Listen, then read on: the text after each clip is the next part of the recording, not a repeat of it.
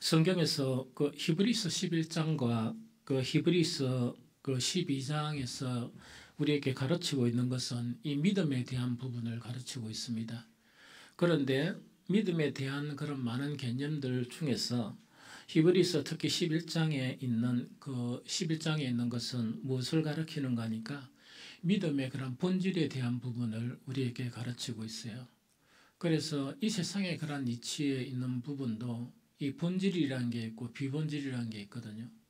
그런데 믿음 안에서도 이 본질적인 그런 신앙이 있고 이 비본질적인 그런 신앙이 있다 하는 그 자체를 이야기합니다.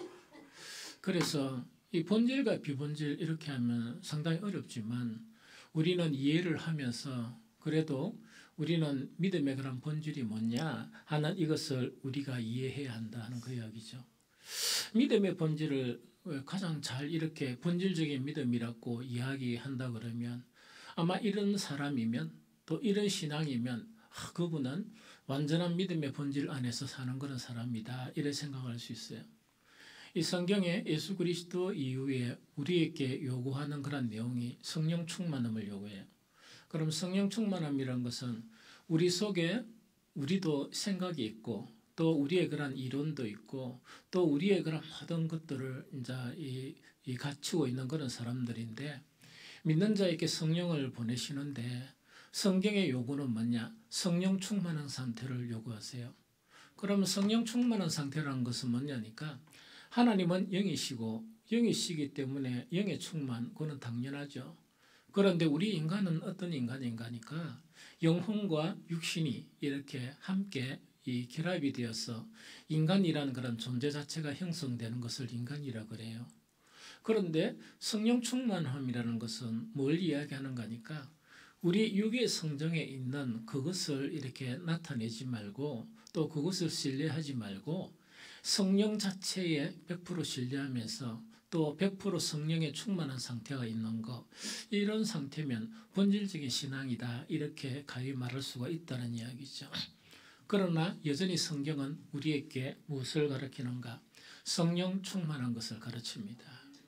그런데 이 본질적인 이 신앙이 그 신앙을 요구한다 그러면 본질적인 신앙을 향해서 가는데 육신을 가진 내 자신을 보게 되면 항상 뭔가니까 괴리감을 느끼거든요.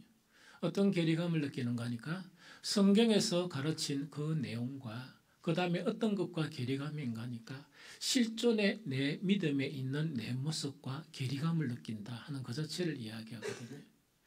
그래서 우리가 본질 혹은 비본질 이것을 이야기하게 되는데 참 이거는 매우 난해하고 매우 어려운 것이다 하는 그 부분이죠. 그래도 우리는 뭔가니까 본질을 향해서 나아가야 되거든요. 그러면 육신의 성정을 가진 우리의 사람들이 정말 이 성령 충만해야 되고 또 그것뿐만 아니고 본질적인 그런 신앙으로 살아가는 것 이건 어떻게 하면 살아갈 수 있는 것인가 하는 거죠. 우리가 찬양을 드릴 때 나오는 게 이 예배에 대한 부분이 나왔거든요. 정말 이 예배에 대한 본질적인 부분 그것도 본질이거든요. 그 예배의 본질을 주님께서 가르치면서 영과 진리로 예배할지니라 하는 그걸 이야기하거든요. 이게 본질이에요. 이게 예배의 본질이거든요. 그러면 우리가 하나님이 기뻐 받으시는 찾으시는 예배자가 되려고 그러면 어떻게 해야 되는가 하니까 영과 진리로 예배를 참여해야 된다는 그 이야기거든요. 그거는 다른 말로 이야기하면 어떤 말인가 하니까 우리는 육신의 성정을 가졌지만은 영의 사람이어야 하고 영의 사람으로서 예배를 드려야 하고 그 다음에 이 세상에 보면은 이 세상의 삶의 원리들이 너무나 많죠. 우리의 생각 가운데 이론이나 원리들도 너무 많죠. 그거 가지고 오지 말고 오직 진리의 사람이 되어야 한다 하는 그 이야기거든요. 그래서 오로지 영의 사람이 되고 진리의 사람이 되어서 하나님께 예배를 드리면 진리이신 하나님, 오직 영이신 그 하나님께서 우리의 예배를 기뻐하시고 받으신다 하는 거와 같거든요. 이게 본질이란 개념이에요. 그래서 우리는 비본질과 이 본질적인 그런 부분에서 성경이 요구하는 것은 모두 본질입니다.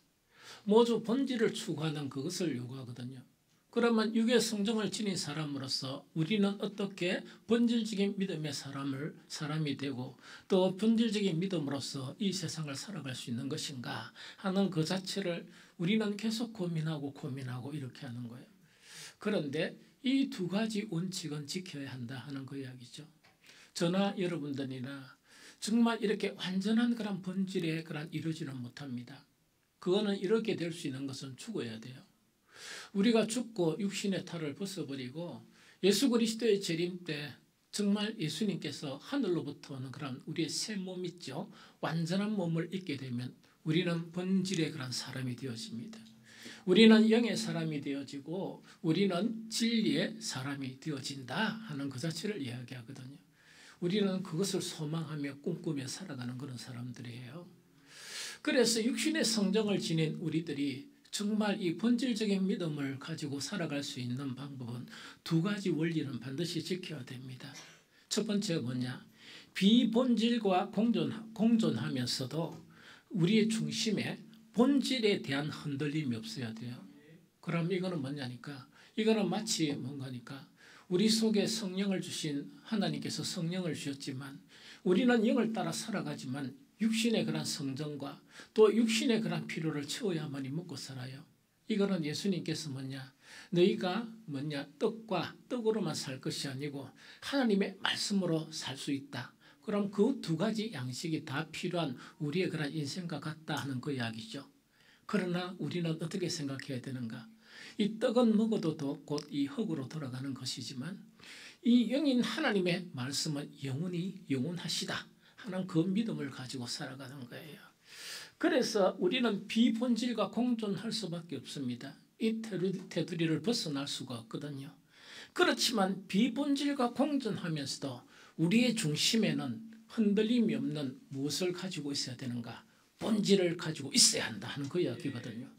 그러면서 이 본질을 굳게 잡고 정말 주님이 부르시는 그날까지 한 걸음 한 걸음 살아가는 것이 바로 신앙인이 걸어가는 그런 길이다 하는 것 자체를 이야기합니다. 그 다음에 두 번째는 또 이제 어떤 원리를 우리가 적용해야 되는가 하니까 우리는 비본질과 이 본질에 의해서 이렇게 비본질에 쌓여있는 우리 가운데 있거든요. 그런데 가장 중요한 한 가지가 바로 뭔가니까 우리 안에 있는 그런 본질이 있죠. 본질을 향해서 한 계단 한 계단 우리가 본질적인 사람으로 변해 가야 한다 하는 거 있죠. 이 원리 두 가지를 굳게 지키고 살아가야만이 우리는 믿음에서 떨어지지 아니하고 예수 그리스도께서 이 세상에 다시 오실 때 우리는 칭찬받는 참 고생했다. 정말 참 수고했다. 칭찬하면서 우리의 손을 잡아줄 뿐만 아니고 정말 우리의 눈에 눈물을 닦아주시고 정말 우리를 영접하면서 하나님의 나라로 우리는 같이 들어가게 된다 하는 그 자체를 이야기합니다. 그래서 이 본질적인 그런 신앙 자체를 가장 잘 표현한 그런 성경 구절이 한 구절이 있는데 이것도 좀 어려워요. 어렵지만은 우리가 읽어야 돼. 그게 아니고 먼저 그러면 믿음에 대한 본질적인 것은 뭐라고 설명하는가? 이걸 갖다가 이제 히브리서 11장에 설명하는 내용부터 알아야 되거든요. 대단히 난해하고 어렵습니다. 정말 이 딱 한 구절 가지고 정말 많은 그런 수많은 주석들 또 수많은 그런 신학자들의 이 정의를 살펴보게 되면 이게 참 이렇게 탁 이렇게 눈에 와닿거나 탁 이렇게 정확하게 이렇게 뭔가 이 접근이 되는 그런 것을 찾아볼 수가 없거든요. 왜냐니까 우리는 이만큼 본질이 좀 난해하다는 이야기거든요. 그래서 히브리서 11장 1절 2절에 보면 믿음의 본질성을 이렇게 표현하고 있습니다. 우리가 함께 읽어봅니다. 시작. 믿음은 바라는 것들의 실상이요 보이지 않는 것들의 증거니 선진들이 이로써 증거를 얻었느니라. 한 번 더 시작. 믿음은 바라는 것들의 실상이요 보이지 않는 것들의 증거니 선진들이 이로써 증거를 얻었느니라. 이게 너무 쉽지만은 쉬운 것 같지만 너무 난해하고 너무나 어렵거든요.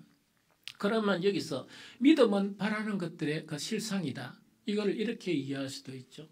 이 세상에 비본질적인 것들을 우리가 원하고 바라는 거 있는데 이 세상 사람들은 소망만 하지만은 믿음은 소망만 하는 것이 아니고 우리에게 현실로 나타나게 하는 것이 믿음이다. 이렇게도 이해할 수 있습니다. 이렇게도 이해할 수 있지만 본질적인 것은 무엇을 이야기하는 거니까 믿음은 바라는 것들의 실상이다 하는 것 자체가 의미가 뭐냐니까 이 세상에 우리가 바라는 것들의 모든 실상들이 있죠. 이 모든 실상들에 대한 끝은 뭐냐? 허무예요. 없어져 버려요. 없어져 버리거든요. 우리가 그렇게 이 눈 뜨고 이 자신만만하게 생각하던 우리 지구와 정말 뿐만 아니고 정말 이 작은 그런 우주 있죠. 우주 전체는 이렇게 그 끝도 알 수 없는 그런 부분이지만 과학적으로도 증명된 것은 뭐냐니까 이 태양 자체가 계속 팽창을 해가면서 어느 순간에 이 지구는 허물허물해지면서 불타버리는 그걸 이야기하거든요. 이것 자체가 과학자들이 이야기하는 종말을 이야기하거든요. 그래서 이 태양계 자체도 어느 순간에가 이것이 없어지고 또 이 대충 이 과학자들이 생각하는 연수가 아니라도 지금 있는 태양 자체가 이 기체로 되어 있잖아요. 기체로 되어 있는 태양 자체가 조금만 팽창해 버린다 그러면 지구는요 한순간 없어져 버려요. 한순간 불타고 없어져 버린 게 바로 지구다. 그래서 어떤 유명한 신학자는 우리가 정말 이렇게 이 땅이라고 생각하며 이 발을 딛고 사는 이 터전, 이 땅을 뭐냐 흔들리는 터전이다 그 이야기예요.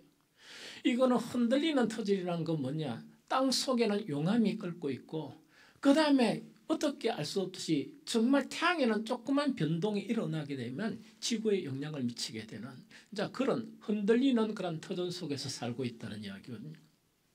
그러면은 우리 그리스도인들이 소망하는 터전은 뭐냐? 흔들리는 터전이 아니고 흔들리지 않는 터전, 즉 우리가 가야 될 천국이다 하는 그 자체를 우리에게 말씀하고 있는 거예요. 그래서 이 본질적인 믿음은 뭐냐? 우리가 바라는 것들의 실상에서 유일한 실상은 뭐냐? 이것이 유일한 실상이에요. 우리는 이 세상에서 조금 잘 살고 잘 먹고 하는 것이 바로 우리의 소망이라 그러면 그 소망은 부질없는 것이다 하는 그 자체를 이야기하거든요. 그런데 이 세상 사람들은 이 세상밖에 없는 걸로 생각해요. 그런데 하나님이 이 세상을 다 만들었고 우리 인류를 다 만들었잖아요. 우리 인류의 그런 범죄 때문에 우리가 사는 것은 원래 하나님의 동산이 우리의 고향입니다. 하나님의 동산이 우리의 고향이고 범죄 때문에 우리는 흔들리는 이 터전 안에서 살게 되거든요. 믿음으로 바라보는 본질적인 유일한 소망은 뭐냐? 하나님의 나라입니다. 그것을 우리에게 이야기하거든요. 유일한 소망은 하나님의 나라다. 그런데 이 하나님의 나라는 어떤 나라나 보이지 아니하는 나라다 하는 그 이야기거든요. 그래서 믿음의 본질은 뭐냐? 우리가 낮서부터 눈을 뜨고 이 세상에 사는데 이 세상에 온통 보이는 거는 이 세상에 온통 있는 거는 보이는 것이거든요. 그래서 우리는 보인다 하는 것으로 그것으로 살아가는 거예요. 그러면서 우리의 본향을 다 잊어버린 그런 사람, 우리의 본향을 잃어버린 사람인데 믿음의 본질은 뭐냐? 믿음으로써 이 세상 사람들이 보지 못하는 본질의 고향, 본질의 소망을 보고 그것을 믿고 살아가는 사람이 바로 본질적인 믿음이다 하는 그걸 이야기합니다.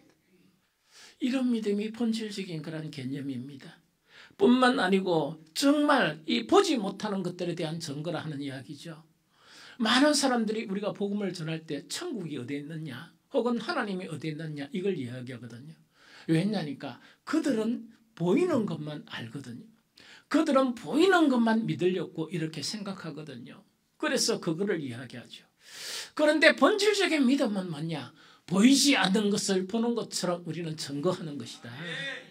그것을 꿈꾸며 나아가는 사람들이 바로 이 본질적인 믿음의 사람이다 하는 것 자체를 우리에게 이야기하는 것입니다.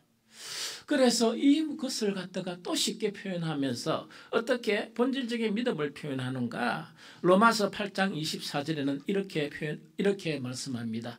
읽습니다. 시작. 우리가 소망으로 구원을 얻었음에 보이는 소망이 아니니 보는 것을 누가 바라리요. 한 번 더 시작. 우리가 소망으로 구원을 얻었음에 보이는 소망이 아니니 보이는 것을 누가 바라리요? 그래서 본질적인 믿음이라는 것은 어떤 믿음을 이야기하는가? 우리도 이 세상 사람들과 동일하게 보이는 이 세상 속에서 살아갑니다. 그런데 차이점은 뭐냐? 믿음이 없는 이 세상 사람들은 보이는 것에 국한되어서 살아가는 사람들이 바로 믿음이 없는 사람들이라고 이야기한다 그러면 우리는 보이는 이 세상 속에 여전히 그들과 함께 살아가요. 안 살아가는 게 아니거든요. 우리가 믿는다고 해서 이 지구를 떠나서 달나라로 가는 것도 아니고 우주로 가는 것도 아니거든요. 우리는 믿고 난 이후에도 여전히 보이는 이 세상 속에서 우리는 살아야 될 사람들입니다. 그런데 한 가지 다른 것이 뭐냐? 이 세상 사람들이 가진 소망하고 믿음의 사람들이 가진 소망은 질적으로 다르고 이 개념이 다르다 하는 그걸 이야기합니다. 그래서 로마서 8장 24절은 우리가 소망으로 구원을 얻었음에 보이는 소망이 아니니 보는 것을 누가 바라겠느냐? 이 세상을 바라본다 그러면 이 세상은 믿음으로 보면 장차 없어질 이 세상이거든요. 장차 없어질 이 세상 자체를 보고 우리는 왜 우리의 그런 위대한 우리의 인생, 우리의 삶을 이 세상에 맡길 수 있겠느냐 하는 그거를 이야기하거든요. 그래서 우리가 소망으로 구원을 얻은데 이 소망은 보이는 가시적인 이 세상을 이야기하는 게 아니고 보이지 아니하는 하나님의 나라를 이야기하고 보이지 아니하는 정말 보이지 않지만 이 우주를 다스리고 계시는 그 하나님을 믿고 증거하는 것이 바로 본질적인 믿음이다 하는 것 자체를 이야기합니다. 그래서 뭐냐니까 이 세상 사람들은 이 세상이 자기들의 그런 세상이기 때문에 그들이 살아가는 원리는 이 세상의 원리를 가지고 있습니다. 그런데 우리는 이 세상 사람이 아니고 우리는 정말 이 본향, 가야 될 본향의 사람이기 때문에 우리는 이 세상의 삶의 원리대로 살지 않고 이 세상 삶의 원리를 저버린다는 건 아니지고 이 세상 지켜야 될 것은 지켜야 되지만 우리의 삶의 원리는 뭐냐? 정말 이 세상의 원리가 아닌 하느님이 주신 그런 원리대로 살아가는 것이 바로 본질적인 믿음을 가진 사람들의 그런 삶이다 하는 것 자체를 이야기합니다. 그래서 히브리서 11장에 뭐냐니까 믿음은 바라는 것들의 실상이요 보이지 않는 것들의 증거고 정말 모든 선진들이 이 증거로서 살아간 인생을 살아갔다는 그 자체를 이야기하거든요. 그러면서 히브리서 11장에 보면 구약이나 마지막 부분에는 아마 신약에 이 초기에 핍박받고 고난받는 그런 사람들도 열거된 것 같아요. 그래서 믿음으로 살아갔던 그 사람들을 이렇게 쭉 열거를 하는 거예요. 샘플을 이렇게 계속 설명하는 거예요. 그걸 다 이야기한다 그러면 시간이 많이 가겠죠. 그런데 그것을 두 가지로 다 요약할 수가 있어요. 그러면은 본질적인 믿음을 가진 사람, 즉 보이는 소망이 아니고 보이지 않는 소망으로 믿음으로 살아가는 사람은 어떻게 살아갔을까 하는 그 자체를 이야기하는데 제일 첫 번째로 묘사된 것이 순례자의 길과 같이 묘사되고 있습니다. 순례자의 길과 같이 묘사되고 있거든요. 이거는 뭔가니까 이 세상 사람들은 이 보이는 것에 급급해서 살아가는 그런 사람 같으면 이 순례자들은 보이지 않는 것을 바라보면서 이렇게 살아가는 그 사람들의 모습을 이렇게 표현하고 있습니다. 그러면서 그 자체가 히브리서 11장 14절 10에서 16절 같이 읽어봅니다. 자, 함께 읽겠습니다. 시작. 그들이 이같이 말하는 것은 자기들이 본향 찾는 자임을 나타냅니다. 그들이 남바 본향을 생각하였더라면 돌아갈 기회가 있으려니와 그들이 이제는 더 나은 본향을 사모하니 곧 하늘에 있는 것이라. 이러므로 하나님이 그들의 하나님이라 일컬음을 받으심을 부끄러워하지 아니하시고 그들을 위하여 한 성을 예비하셨느니라 하는 그 자체를 이야기합니다. 그럼 이걸 갖다가 이렇게 이제 묘사를 하는 거예요. 이 세상에 보이는 것에 급급해서 살아가는 사람들은 뭐냐? 자기가 난 고향이 있잖아요. 그러면 사람들은 모두 다 무엇을 동경하는가니까 내가 어릴 때 살던 곳이나 내가 난 곳을 이렇게 동경하며 살거든요. 그런데 우리도 뭔가니까 동일하게 우리의 그런 고향이 있다는 이야기거든요.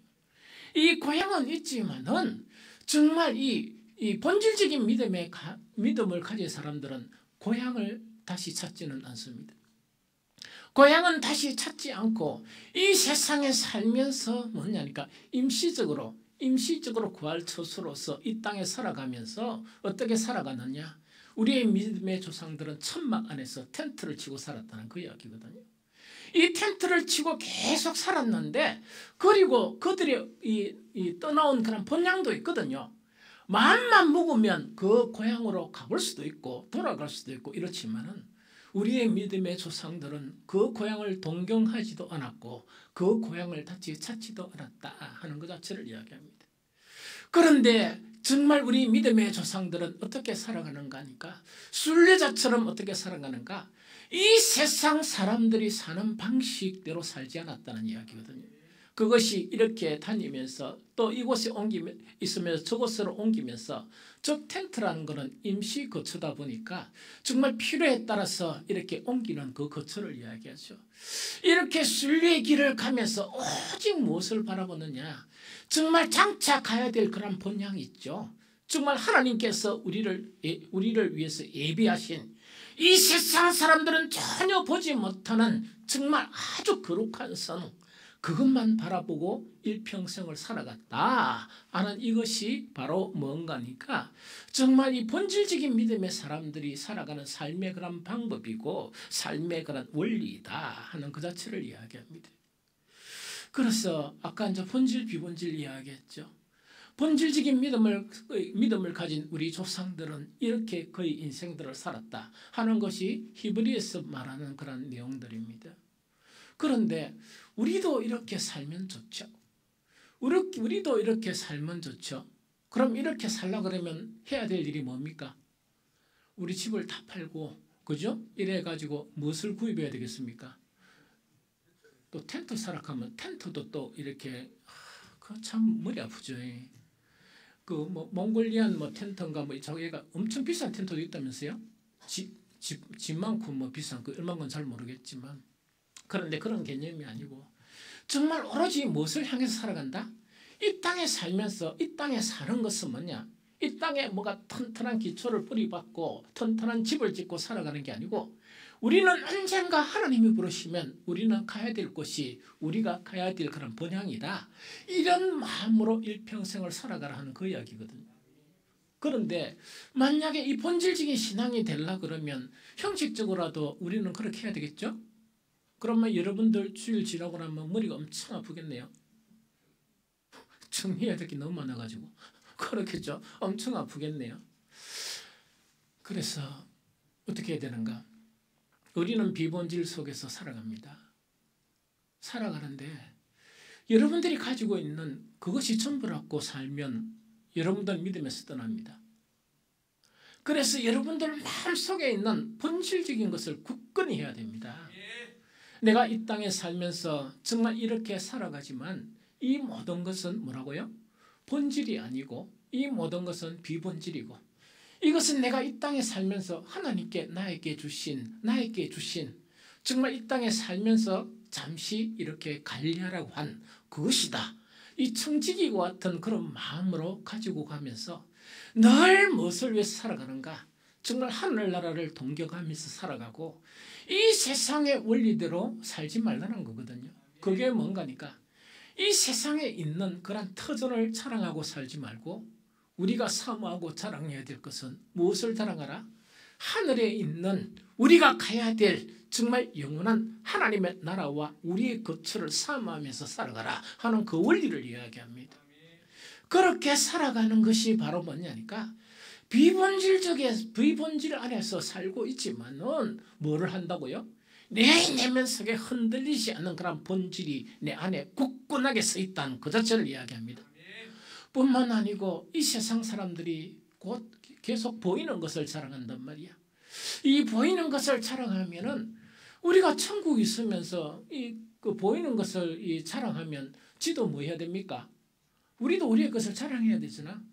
그 사람들이 한마디 자랑하면 야 나는 천국 가면 엄청 큰 게 있다, 그걸 계속 이야기하면 되는데 그렇게 하면 믿음의 사람이라. 그런데 그 앞에 그렇게 자랑합니까? 안 그러면 자랑을 못합니까? 자랑을 못하고 기가 빡 주고 아 그렇습니까? 아 부럽다. 최소한 본질적인 믿음의 사람 입에서 그런 이야기가 나와버리면 그건 이제 실패라. 세상 사람들이 얼마나 조롱하겠습니까? 시컨가가 교회에서 예배드리더만은 내가 자랑하는 여기 현옥대가 얼굴이 뭡니까? 완전히 모든 것을 다 잃은 사람처럼 처참하게 변해가지고 내가 자랑하는 것이 기가 팍 죽어 이랬으면 저 사람이 있는 하나님은 대체 어떤 하나님인가 하는 그런 생각이 들겠죠. 그래서 우리는 뭐냐? 정말 그런 본질적인 믿음이 우리의 믿음의 조상들은 뭐냐? 흔들리는 그런 터전을 바라보지 않고 흔들리지 않는 터전인 천국만 바라보고 하루하루를 살아갔다 하는 것 자체를 이야기하거든요. 이런 본질적인 것이 신앙이 내 속에 굳건하게 있어야 되고 계속 살아가면서 뭐냐? 이게 강화가 되어야 됩니다. 강화가 되어야 된다는 것은 뭐냐? 처음에는 신앙이 조금 어릴 때는 세상 사람들이 뭔가를 자랑하면 그거 다 기가 죽고 갑자기 예배드리기가 싫고 기도 잘하는 사람이 기도가 탁 끊겨버리고 그죠? 왜냐니까 뭐 기도 한번 하는 그런 생각이 들거든요. 그런데 본질적인 신앙이 강화되면 강화될수록 어떻게 되는가 하니까 내 안에 있는 본질이 강화되니까 나는 정말 이 세상에 보이는 그 소망보다 보이지 않는 소망을 굳건히 잡고 그것이 나에게 기쁨이 되면서 살아가는 강한 믿음으로 나아가야 된다는 그 자체를 우리에게 가르쳐주고 있습니다. 그다음에 두 번째 가르쳐주고 있는 내용이 더 이제 끔찍한 내용이에요. 자, 첫 번째로 뭐냐니까 본질적인 신앙을 갖다 보니까 본질적인 신앙의 그런 삶을 살았던 우리 믿음의 조상들은 어떻게 살았느냐? 정말 이 땅에 살면서 어떻게 살았느냐? 순례자, 나그네처럼 살았습니다. 이 나그네처럼 굳건하게 믿음으로 살았던 그 삶의 배경이 바로 뭐냐니까 가야 될 곳이 있다 하는 그것을 그 소망을 굳건하게 잡고 살아왔던 정말 그런 믿음이었다 하는 것 자체를 이야기합니다. 두 번째는 뭐냐니까 이렇게 사는 것까지는 좋았는데 두 번째는 엄청난 그런 좀 엄청난 것을 이렇게 이야기해요. 그것이 바로 뭐냐니까 보이는 것을 위해서 싸우는 게 아니거든요. 이 세상 모든 사람들의 싸움, 이 세상 모든 것들의 싸움은 보이는 것을 쟁취하기 위해서 싸웁니다. 때로는 권력을 쟁취하기 위해서, 때로는 돈을 위해서, 명예를 위해서 계속 끊임없는 싸움을 해나가거든요. 그런데 정말 본질적인 믿음을 가진 사람들은 그런 싸움이 없습니다. 그런 싸움이 없고 있는 것으로 족하고 살아갑니다. 사실은. 그럼 있는 것으로 족하고 살아가는데 그러면 우리가 생각하기를 어떻게 생각하는가 하니까 야, 본질적인 신앙을 가진 사람들은 매가리가 좀 없는가 보다. 이 살아가면서 용기도 없고 매가리가 좀 없는가 보다. 저 투쟁하는 사람들 봐라. 이 추운 날에 막 이래가지고 이래 생각하거든요. 전혀 그렇지 않습니다. 전혀 그렇지 않습니다. 본질적인 믿음을 가지고 살아간 사람들은요. 정말 이 위험한 싸움을 싸우면서 살아가는 투쟁하고 싸우고 지키고 하는 그런 삶을 살았습니다. 그런데 뭐냐? 보이는 것을 추구하기 위해서 그걸 얻기 위해서 살아가는 게 아니고 보이지 않는 것을 위해서 위험한 싸움을 싸우는 사람들이 본질적인 믿음을 가지고 사는 사람들이다 하는 그 자체를 성경은 가르치고 있습니다. 같이 읽어볼까요? 히브리서 11장 36절 38절 같이 읽어봅니다. 시작.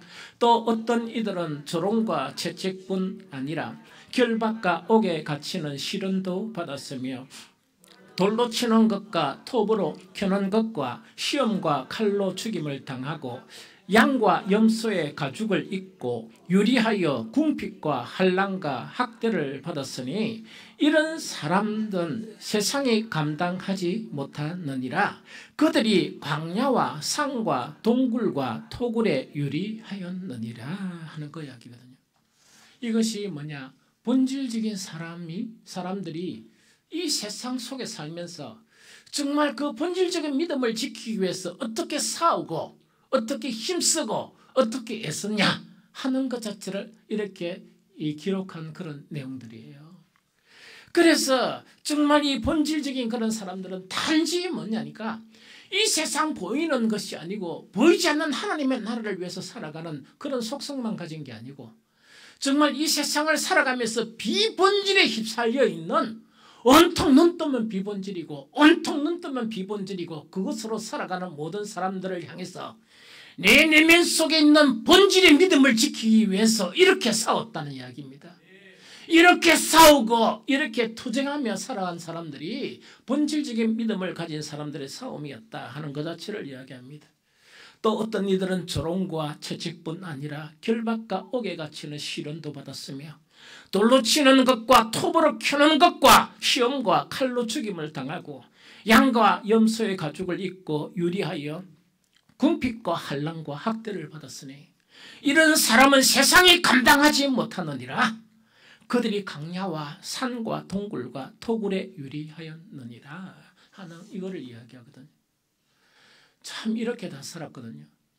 정말 작년에 그 종교개혁 성지순례 가면서 입으로 표현은 하지 못했지만은 정말 내면 속에 엄청난 충격들을 이렇게 보고 왔거든요. 이 충격들을 봤는데 뭐 같이 간 사람들도 그걸 느끼는가 모르겠지만은 저는 뭐 이렇게 뭐 표현은 잘 못하고 이랬지만 엄청 그것이 이제 충격이 되었거든요. 종교개혁을 일으킨 모든 분들 자체는 뭐냐니까 목숨을 걸고 그 종교개혁을 일으킨 거예요.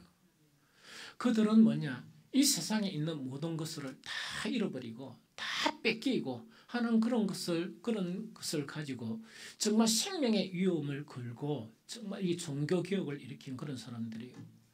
가장 충격적인 한 사람이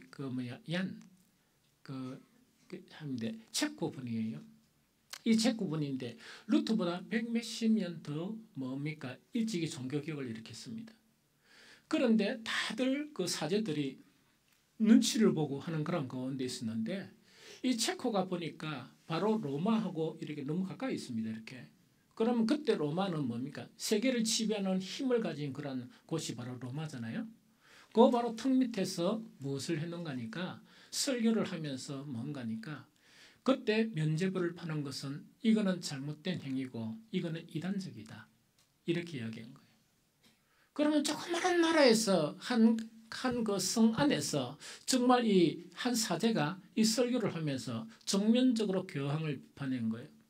그 다음에 교황은 그 모든 사람들이 신적으로 이렇게 섬기는 그런 가운데 있었는데 이 후센 양 자체가 뭐라고 이야기했는가 하니까 만약에 아무리 교황이라도 교황 자체가 하나님의 이런 부분 자체를 어긋나게 되면 순종할 필요가 없다. 그거는 교황이 아니다. 이렇게 된 거예요. 교황청에서 가만히 있었겠어요? 가만히 없으니까 우회되는 거 하니까 소환했습니다. 처음 다 죽는다고 말렸는데 그냥 소환대에 갔었어요. 이 소환대에 갔었는데 그 소환이 되면서 정말 뭐라고 하겠습니까? 네가 회개하면 지금이라도 살려주겠다는데 그 이한이 뭐냐? 내가 해결할 것이 아무것도 없는데 무엇을 해결한 말이냐? 이래가지고 거기서 비밀리에 화형을 시켜버렸어요. 이 지도새도 모르게. 정말 그렇게 이제 죽어가는데 그런데 그 소문이 화형당했다는 소문이 어디까지 번졌느냐? 체코까지 번진 거예요. 그래서 그 이 영주들과 그 이제 지역 전체가 뭔가니까 정말 이 로마와 대항해서 전쟁을 벌인 거예요. 그런데 전쟁을 벌린 현장에 내가 사모하고 가봤습니다. 그들은 어떤 전쟁을 벌린다고 하니까 그 험악한 그런 산지 속에 숨어가지고 로마 군들이 쳐들어오면 11년간 거의 전쟁을 일었는데 한 번도 패배를 안 한 거예요. 그 대군과 전쟁을 일으키면서 어떻게 그들은 버텼느냐? 집에 안에 보면 첨단 토굴을 다 파는 거예요. 토굴을 파가지고 토굴이 집과 다 연결이 되어 있는 거예요. 연결이 되어 있으면서 그 토굴에 보니까 아이들 공간 막 직접 가봤거든요. 이 처참하게 그래 살았는데 무려 한 11년간 투쟁을 벌이면서 자기 신앙을 지키며 살았던 사람들이 바로 그분들이었습니다. 그러면서 제가 그걸 보고 너무 충격을 받고 너무 충격을 받았거든요. 그러면서 뭐냐니까 우리는 너무나 안일하게 산다. 우리는 너무나 안일하게 살고 내가 목회자이지만 너무나 부끄럽다 하는 그런 마음을 갖게 되었거든요. 또 한 번은 오스트리아에 갔는데 나는 사실 오스트리아 어디 붙은가도 잘 몰랐습니다. 몰랐는데 이번에 가가지고 오스트리아가 참으로 아름답구나. 그 사람한테 물었거든요. 오스트리아 가본 중에 제일 아름다운 거 어디냐 하니까 오스트리아래요. 그런데 오스트리아가 제일 아름다운 곳이 아니고 우리가 갔던 곳이 그 오스트리아인 자체가 이 로마 가톨릭의 핍박에 의해서 신앙을 지키기 위해서 자기의 모든 재산이나 모든 것을 다 포기하고 오직 믿음만을 가지고 오스트리아 보면은 이 바다와 같은 큰 호수가 있었는데 그 호수에 이 버스 가는데도 너무 겁이 나더라고요. 가장 오지에 거기서 이제 들어간 거예요. 뭐 하기 위해서? 거기서 개간을 하면서 뭘 해놓냐니까 오로지 자기의 신앙을 지키기 위해서 그게 개간을 한 거예요. 그래서 거기 이제 또 가보니까 그게 너무나 아름답다 보니까 그곳 자체가 지금 오늘날 그분들은 도피하는 곳으로 갔는데 지금은 유럽의 최고의 휴양지래요. 최고 부자들이 가는 휴양지가 바로 그 호수 주변이래요. 그래서 거기서 교회를 짓고 거기서 신앙생활하면서 이렇게 살아왔던 그 흔적들을 이래 보게 되었거든요. 그래서 우리가 믿는다 하는 그 본질적인 믿음을 가진 그런 분들은 나약한 분들이 아닙니다. 믿음을 지키려고 정말 이 세상과 싸우고 믿음을 지키려고 정말 이 세상의 그런 핍박에 저항하면서 심지어 토굴에서 살고 때로는 순교를 당하고 죽임을 당하고 지킨 그런 믿음 자체가 바로 뭐냐니까 본질적인 믿음을 가진 사람들의 힘입니다. 본질적인 믿음을 가진 사람들의 능력입니다. 이것이 각오가 되지 아니하면 살아남을 사람이 없습니다. 여러분들 앞으로 말세는 가까이 올 것입니다. 그 다음에 앞으로는 뭐냐? 순수한 신앙을 지키기 위해서는 이런 투쟁적인 힘과 능력이 없으면 아무도 살아남지 못합니다. 지금 종교, 지금 순수한 기독교는 전 세계 곳곳에서 핍박을 받고 있습니다. 이 땅에도 마찬가지입니다. 그럼 앞으로 교회가 어떻게 될는지 아무도 알 수 없는 그런 상황입니다. 그런데 그런 상황 속에서 우리가 비본질적인 것을 수용하면서 살아남기 위해서 믿음을 버린다 그러면 우리는 하나님의 버림을 받는 그런 자들입니다. 그래서 본질적인 믿음의 사람들은 용감했고 본질적인 믿음의 사람들은 능력이 있었고 본질적인 믿음의 사람들은 투쟁심이란 것은 세상의 전쟁을 벌이는 게 아니고 믿음을 저해하는 그런 부분에서는 자기를 지키기 위해서 목숨을 걸고 싸운 것이 바로 기독교의 그런 역사입니다. 그래서 우리는 이런 신앙을 가져야 됩니다. 우리는 이 세상을 향해서 평화의 복음을 전하고 이 세상에 사랑이 없기 때문에 사랑을 전해야 되지만 그러나 그것 자체를 통해서 우리의 믿음을 팔라는 것은 아닙니다. 우리의 믿음을 변질시키려는 것은 아니거든요. 우리는 믿음의 변질을 이렇게 방어해야 되고 믿음을 지키기 위해서 우리는 싸워야 되고 믿음을 지키기 위해서 우리는 무엇이든지 할 수 있는 그런 사람이 되어야 한다 하는 것 자체가 정말 히브리에서 우리에게 가르쳐주고 있는 그런 믿음의 본질적인 믿음의 사람들이 사는 삶의 방식입니다. 그래서 이런 신앙이 되어야 됩니다. 그래서 우리가 때론 나약하게 보이고 연약하게 보이지만은 우리 내면 속에서는 이 본질적인 그런 강함이 있어야 되고 본질적인 믿음이 있어야 되고 그것을 사수하고 그것을 지키고 사는 그런 강한 의지와 강한 믿음과 강한 것이 있어야만이 우리는 우리의 믿음을 지키면서 정말 살 수가 있다 하는 그 이야기죠. 자, 세 번째가 특성이 뭐냐? 하나는 뭐냐? 순례자의 길과 같은 겁니다. 두 번째는 뭔가니까 이 세상 사람들이 왜 그런 싸움을 벌리나? 뭐 돈을 주나? 먹을 것을 주나? 왜 그런 싸움을 싸우면서 핍박받고 고생하고 자기 직업도 포기하고 집도 포기하고 정말 유리하고 이 번민하고 숨어서 지내고 이렇게 살 수밖에 없느냐 이렇게 이야기하거든요. 그러나 우리는 보이지 않는 것이 정말 보이지 않는 것이 아니고 그것이 진실로 있다 하는 그런 믿음을 가진 사람들이거든요. 단지 우리가 보지 못하는 그 사람들을 불쌍히 여길 뿐이지 우리는 천국이 있는 것도 확실히 알고 하나님이 살아계신 것도 확실히 알고 오늘날까지 우리를 인도하신 것도 확실히 알거든요. 그래서 우리는 우리의 믿음을 이렇게 지켜야 되고 정말 이 세상이 어떻게 변한다 손치더라도 우리는 순교의 각오를 하면서 우리의 믿음을 지켜야 합니다. 그 다음에 세 번째 뭔가니까 순례자의 길과 같고 또 이 보이지 않는 것을 위해서 위험한 싸움을 싸우는 그런 사람들인데 세 번째 속성은 뭐냐? 대충 하지 않았다는 그 이야기거든요. 대충 있다니까 눈치 보면서 뭐 할까 말까 그렇지 않았다는 이야기죠. 이건 세 번째가 뭐냐? 보이지 않는 것을 향해서 보이지 않아요. 그까지 갔다고 그래가지고 누가 큰 상을 주는 것도 아니에요. 보이지 않는 것을 향해서 달리는 경주와 같은 그런 삶을 살았다는 그 자체를 이야기하거든요. 그것이 정말 오늘 읽었던 그 내용들인데 히브리서 12장 오늘 읽었던 그런 내용들이죠. 그래서 우리는 이제 경주와 같은데 오늘 본문에 보니까 히브리 12장 1절 같이 한번 읽습니다. 12장째 시작. 이러므로 우리에게 구름과 같이 둘러싼 허다한 정인들이 있으니 모든 무거운 것과 얽매이기 쉬운 죄를 벗어버리고 인내로서 우리 앞에 당한 경주를 하며. 이거는 이제 뭔 이야기 이런 이야기예요. 보이지 않는 것을 위해서 살아가고 소망하고 이러다 보니까 보이는 것들은 항상 우리를 도전합니다. 우리를 도전하고 또 우리를 평가하면서 항상 무엇을 평가하는가? 보이는 것에 대한 것을 가지고 우리 인생을 평가하고 우리의 그런 삶을 평가하게 되거든. 그러게 되면 어떤 경우에는 뭔가니까 그들 앞에 내세울 수 있는 게 아무것도 없거든. 정말 그들은 우리가 보이는 것이 없는 것 때문에 우리를 초라하게 생각하고 저 사람들은 왜 저렇게 살아갈 수밖에 없는가 이렇게 비난하기도 하는 그런 삶을 살게 되거든요. 정말 그렇지만 우리는 뭐냐? 확실한 것이 우리에게 있고 정말 확실한 정말 천국이 우리에게 있다 하는 그 믿음으로 살아가는 걸 이야기합니다.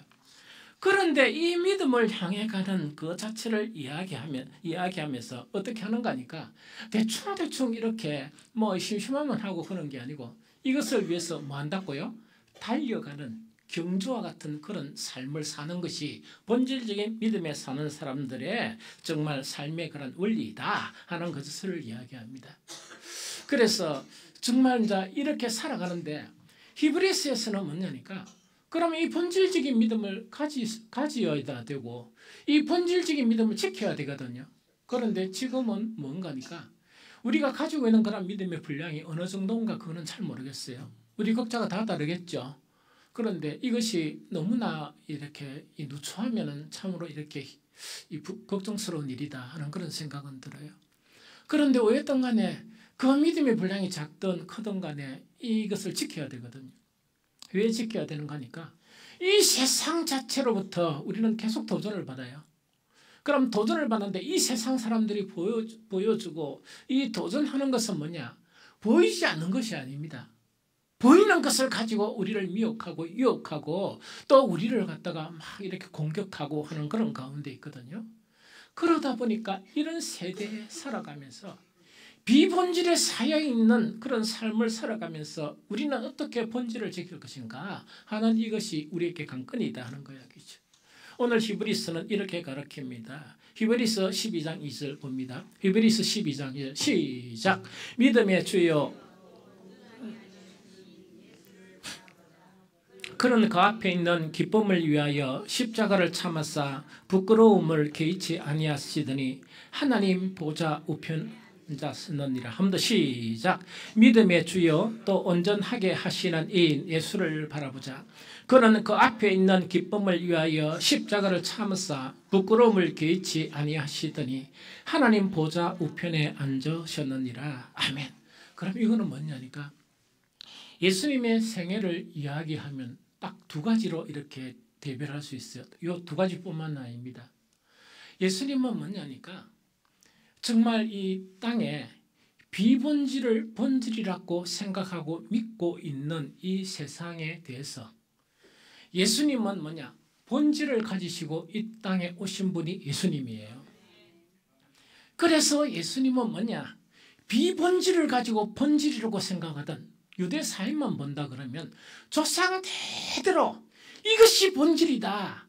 이것이 신앙이고 이것이 믿음이라 철두철미하게 믿던 그런 사회에 대해서 진짜 본질을 이 땅에 가지고 이 땅에 오셨으면서 그 사람들을 향해서 그것은 본질이 아니고 비본질이라 선언하신 분이 예수 그리스도세요.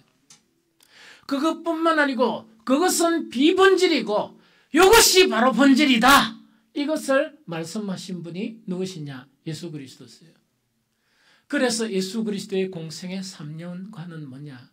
많은 대적자들 앞에서 정말 그 대적과 싸움의 연속이었고 투쟁의 연속이었고 그런 연속이었습니다. 첫 번째 예수님의 생애가 그런 생애였습니다. 두 번째 예수님의 생애를 요약한다 그러면 그 당시의 사회에서 비본질을 본질이라 믿었기 때문에 그러면 비본질을 본질이라 믿었기 때문에 자기들은 뭐겠습니까? 죄인이겠습니까? 의인이겠습니까? 의인이라고 자처하는 그런 사람들 속에서 정말 이 세상을 향해서 모든 사람이 죄인이라 선언하신 분이 바로 예수 그리스도세요. 그러다 보니까 얼마큼 많은 그런 공격을 받고 얼마큼 많은 그런 순환을 받았겠습니까? 그러면서도 아무도 알아주지 않는 가운데 그 죄 때문에 죽을 수 없는 그 죄인을 위해서 정말 예수 그리스도는 어떤 삶을 사시는가? 정말 본질적인 그런 인생을 사시면서 그 죄인들을 위해서 이 죄인들이 이해를 못해요. 왜 그렇게 고난을 받아야 되는지 이해를 못하고 그 제자들조차 그거를 이해하지 못하는 가운데 의인이라고 자처하는 사람들의 죄를 위해서 십자가에 달리시면서 그들의 죄를 대속하신 분이 예수 그리스도세요. 그러면 이것 자체는 우리에게 무엇을 가르치느냐? 우리는 본질적인 신앙을 우리 속에 마음에 품고 비본질 속에 사여서 살아가는 우리들을 향해서 정말 우리가 이 본질을 지킬 수 있는 그런 비결은 예수 그리스도만 봐야 된다. 예수 그리스도만 봐야 된다 하는 것 자체를 이야기하거든요. 예수 그리스도의 삶 자체는 이 세상에 이해받는 삶이 아니었습니다. 이 세상에서 영접받는 삶이 아니고 핍박과 조롱을 받은 그런 삶이었고 결국은 뭐냐? 이 세상 사람들이 이해하지 못하는 하나님의 놀라운 구원을 십자가를 지심으로써 정말 완성시킨 분이 예수 그리스도세요. 그 예수님만 바라봐야지 딴 것 보면 우리는 실패할 수밖에 없다는 그 이야기죠. 정말 이 예수 그리스도를 어떻게 하나님이 높였었느냐? 빌립보서 2장 9절 11절 같이 읽어봅니다. 시작. 이러므로 하나님이 그를 지극히 높여 모든 이름 위에 뛰어난 이름을 주사 하늘에 있는 자들과 땅에 있는 자들과 땅 아래 있는 자들로 모든 무릎을 예수의 이름에 꿇게 하시고 모든 입으로 예수 그리스도를 주라 시인하여 하나님 아버지께 영광을 돌리게 하셨느니라. 아멘. 아멘. 그래서 우리는 왜 된다고 하니까 정말 때론 우리가 이 세상 사람들의 이해를 받지 못하고 때로는 우리가 보이지 않는 것을 위해서 살아가다 보니까 이 세상 사람들이 보여달라 그러면 그 사람들이 보여달라는 것을 보여줄 수가 없습니다. 그런데 이런 삶을 살아가면서 순례자처럼 이 세상을 살아갈 뿐만 아니고 때로는 뭔가니까 극한 싸움, 즉 믿음을 지키기 위해서 극한 싸움을 살 뿐만 아니고 때로는 뭐냐니까 이 세상 사람들은 보이는 것을 위해서 일을 이렇게 하는데 물론 열심히 일하는 사람도 있지만 또 뭐 그냥 대충 일하는 사람도 있거든요. 그런데 우리는 뭐냐? 보이지 않는 것을 위해서 때로는 뭐냐? 죽기로 살기로 정말 주를 위해서 일하고 헌신하는 그런 삶을 살거든요. 그런 사람들 앞에서 뭐 때문에 그렇게 사느냐? 뭐 때문에 그렇게 살아갈 수밖에 없느냐? 핍박도 받고 조롱도 받고 정말 그런 속에서 우리는 살아가거든요. 정말 이 극한 추위 속에서 이번에 지난 금요일에도 뭔가니까 이 국수를 끓이면서 생각했던 것은 뭐냐? 이 강추위에 누가 오겠느냐? 이 강추위에 누가 오겠느냐 하면서 그 일을 하게 되거든요. 세상 사람들이 보면 무엇을 위해서 하느냐? 무엇을 위해서 그렇게 살아갈 수밖에 없느냐? 이런 속에 있는 우리들이거든요.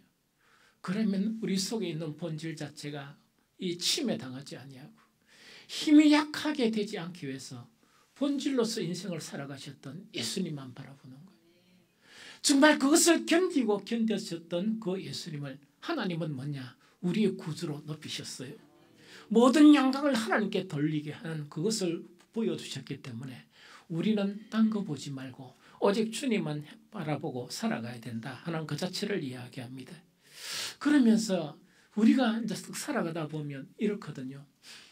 우리 다 이제 본질을 가지고 있는데 아까도 이야기했지만 본질적인 믿음이 있지만은 이게 강한 사람이 있고 약한 사람이 있잖아요. 그런데 한 교인이란 말입니다. 이렇게 이제 살아가는데 때로는 뭐냐니까 참 우리를 좌절하게 하는 그런 일들도 있을 수가 있거든요. 그러면 어떤 좌절인가 하니까 정말 이 세상을 탁 살아가다 보니까 다 우리 그리스도인들은 신실을 해야 되죠. 신실하게 신실한 이 믿음을 가지고 살아가야 되잖아요. 그런데 우리가 뭐를 보는 거니까 오늘날 교회 안에서 신실한 사람들이 점차 사라져가는 현실을 우리의 눈으로 보는 거예요. 그러면 세상이 우리를 핍박하는 것보다 더 큰 그런 이 마음의 짐과 이 마음의 슬픔을 가지고 있거든요. 그러나 그것은 현실입니다. 어떤 세대 속에서도 우리는 그것을 보고 살아가야 한다 하는 그 자체를 이야기합니다. 이럴 때는 어떻게 해야 되겠느냐. 나는 그래도 그나마 열심히 하려고 하는데 옛날에 그렇게 함께 열심히 했던 이 동료들이 그 신실함을 부리면서 이 세상과 타협하며 살아가고 있다. 그런데 그 숫자가 한두 명 같으면 이렇게 안타깝게 생각하는데 이 한두가 아니고 이 사람들이 더 많아진다는 이야기거든. 이런 현실 속에서 우리는 어떻게 우리의 믿음을 지킬 것인가 하는 거 이야기죠. 시편 12편 1절 2절 세 번역으로 읽어봅니다. 시작. 주님 도와주십시오. 신실한 사람도 끊어지고 진실한 사람도 사는 세상에서 사라지고 있습니다. 사람들이 서로 거짓말을 해대며 아첨하는 입술로 두 마음을 품고서 말합니다. 참 이 시편 기자가 이런 고백을 하는 것이 뭐냐. 이 시대에도 세대가 마찬가지요. 이 시도 이것을 보면서 마음 아파하는 그런 시거든요. 정말 천국을 가진 사람이면 하나님의 택함을 받은 사람이면 마땅히 하나님과 사람 앞에서 우리의 신실함을 유지해야 되거든요. 우리의 그런 진실함을 유지하면서 우리는 본질적인 그런 신앙을 굳게 잡고 살아가야 되거든요. 그런데 말은 그렇게 하거든. 표현은 그렇게 하거든. 그런데 실제로 살아가는 것을 보면 어떤 것이냐. 이 시편 기자의 그런 고백처럼 주님 도와주십시오. 신실한 사람도 끊어졌다. 한 사람 한 사람 세상으로 돌아가는 것 같고 진실한 사람도 사는 세상에서 사라지고 있습니다. 사람들이 서로 거짓말을 해대며 아첨하는 입술로 두 마음을 품고 살아갑니다. 본질만 가지고 살아가야 되는데 본질과 비본질을 마음에 품고 살아가는 그런 사람들, 특히 세상 사람들이 아니고 믿는다고 하는 그런 사람들을 보면서 우리는 살아가야 하는 이 세상입니다. 그럴 때 이렇게 살아간다 손치더라도 본질의 신앙은 그게 동화되면 안 돼요. 그게 동화되면 안 됩니다. 동화되어 버리면 믿음을 잃어버리게 됩니다. 믿음을 잃어버리게 되고 하나님의 나라도 잃어버리게 됩니다. 그러면은 정말 어떤 확신을 가지고 살아가야 되는가? 시편 12편 3절 5절 같이 읽어봅니다. 시작. 주님은 간사한 모든 입술과 큰 소리치는 모든 혀를 끊으실 것이다. 비록 그들이 말하기를 혀는 우리의 힘, 입술은 우리의 재산, 누가 우리를 이기려 하여도 주님은 말씀하신다. 가련한 사람이 짓밟히고 가난한 사람이 부르짖으니 이제 내가 일어났어 그들이 갈망하는 구원을 베풀겠다. 정말 이런 사람들이 세상만 그렇게 게 아니고 진실된 믿음을 가진 사람들이 한 사람 한 사람 정말 이렇게 본질적인 믿음만 가지고 살아가야 되는데 그게 아니고 아까처럼 두 마음을 품고 살아가는 사람이 있다 손치더라도 우리는 그것을 뻔보면 안 됩니다. 거기에 동화되면 안 되고 무엇을 가져야 되는가? 궁극적인 구원이 예수 그리스도의 재림 때 우리가 힘들게 지키고 수고하고 한 모든 것에 대해서 하나님은 구원을 완성시키신다. 이걸 굳게 붙들어야 돼요. 그리고 믿음이 아닌 그 모든 것들은 반드시 하나님이 심판을 하신다 하는 그런 신앙을 붙들어야 됩니다. 그 다음에 이제 두 번째 또 뭔가니까 이런 부분이죠. 우리가 또 보는 거는 뭐냐? 악인들이 하나님을 무시하고 승승장구하는 것을 보게 되는 거예요. 그런데 보는 것뿐만 아니고 우리의 눈으로 또 보니까 확인이 되는 거예요. 자, 이것은 시편 1절 4절 같이 읽어봅니다. 자, 시작. 주님, 어찌하여 주님께서 그리도 멀리 계십니까? 어찌하여 우리가 고난을 받을 때 숨어 계십니까? 악인이 어서대며 약한 자를 괴롭힙니다. 악인은 스스로 쳐놓은 올가미에 스스로 걸려들게. 악한 자는 자기의 야심을 자랑하고 탐욕을 부리는 자는 주님을 모독하고 멸시합니다. 악인은 그 얼굴도 뻔뻔스럽게 벌주는 이가 어디 있느냐, 하나님이 어디 있느냐 하고 말합니다. 그들의 생각이란 늘 이러합니다. 이 참 시편 표현 자체가 이런 사람들을 우리가 보면서 살거든요. 보면서 사는데 이런 상황 속에서 우리가 확인하는 것은 뭐냐? 시편 5절 세 번 같이 읽어봅니다. 시작. 그런데도 악인이 하는 일은 언제나 잘되고 주님의 심판은 너무 멀어서 그들에게 보이지 않으니 악인은 오히려 그의 대적을 보고 코웃음만 칩니다 하는 그 이야기죠. 그럼 이거는 어떤 현실인가 하니까 정말 믿음을 지키고 막 이렇게 살아가려고 이제 힘들게 이렇게 애석에 살아가거든요. 그런데 정말 우리 모두가 이런 믿음으로 같이 함께 가고 있다 그러면 문제가 안 되겠지만 정말 이 세상의 공격과 사탄의 공격으로 믿음의 변질이 생기거든. 이 믿음의 변질이 생긴다 그러면 우리가 정말 기대하는 것은 뭐냐? 하나님이 탁 치가 바르게 하고 막 이렇게 하기를 바라는데 딱 보니까 그게 아니고요. 정말 오히려 경건하게 살고 믿음을 지키며 사는 사람들을 향해서 이렇게 코웃음을 치거든. 왜냐니까 이 세상 보이는 것을 가진 것이 많이 없다는 것으로 그런 복을 누리지 않는다는 것으로 이 비웃고 조롱하고 이러거든. 그런데 우리의 눈으로 턱 보이는 것도 바로 무언가니까 그런 것이거든요. 그들이 하는 일은 너무 잘 되는 것 같거든요. 왜 적당히 살아가는데. 너무 잘 되는 것 같고 나는 어떻다고요? 그렇게 잘 되는 것 같지 않거든. 기분 나빠요? 좋아요? 기분 나쁘면 이제 따라가고 싶죠. 나는 왜 이렇게 살아가야 되느냐? 그렇게 하지 마세요. 그렇게 하면 죽어요. 그렇게 하면은 영원한 고통을 당하게 됩니다. 지옥 갑니다. 그래서 딱 지키고 살아가야 되거든요. 그러면서 무엇을 보면서 살아가야 되는가? 시편 16절 18절 같이 읽어봅니다. 시작. 주님은 영원 무토록 왕이십니다. 이방 나라들은 주님의 땅에서 사라질 것입니다. 주님께서는 불쌍한 사람의 소원을 들어주십니다. 그들의 마음을 굳게 하여 주시고 그들의 부르짖음에 귀 기울여 주십니다. 고아와 억눌린 사람들을 변호하여 주시고 다시는 이 땅에 억압하는 자가 없게 하십니다. 예수님이 오실 때 이 세상의 끝이 날 때 정말 그런 세상이 펼쳐집니다.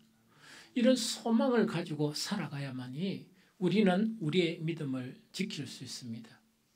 우리가 초청받은 하나님이 우리를 이 세상 가운데 이 초청해서 믿음을 주신 것은 보이는 소망의 믿음이 아니고 보이지 않는 소망에 대한 믿음을 위해서 우리를 부르셨습니다. 그리고 성경에서도 우리에게 이야기하듯이 정말 믿음의 조상들은 순례자처럼 정말 자기 인생을 살아가면서 하나님과 천국을 동경하며 살았습니다. 믿음의 그런 전 역사에서 참 믿음을 가진 사람들은 뭐냐? 믿음을 이 세상에 팔고 담보 잡히고 두 마음을 품고 이런 사람은 한 명도 없었습니다. 오히려 믿음을 지키기 위해서 자기의 모든 것을 잃어버리고 자기의 본토를 잃어버리고 자기의 직장이나 모든 터전을 잃어버리고 때로는 뭡니까? 깊은 곳에서 일평생 그들의 믿음을 지키며 살아간 그런 인생들입니다. 또 뿐만 아니고 정말 믿음의 사람들은 정말 그 믿음의 길을 그냥 대충 걸어간 게 아니고 경주와 같이 최선을 다해서 기도하고 최선을 다해서 예배할 뿐만 아니고 정말 자기의 모든 힘을 다해서 주님께서 하라고 분부하신 그런 일들을 위해서 달려간 사람들이 믿음의 사람들입니다. 이런 믿음의 길을 예수 그리스도께서 이 땅에 오실 때까지 또한 주님께서 우리를 부르실 때까지 이 믿음을 지키는 저와 여러분들 되시기를 예수 그리스도 이름으로 축복합니다.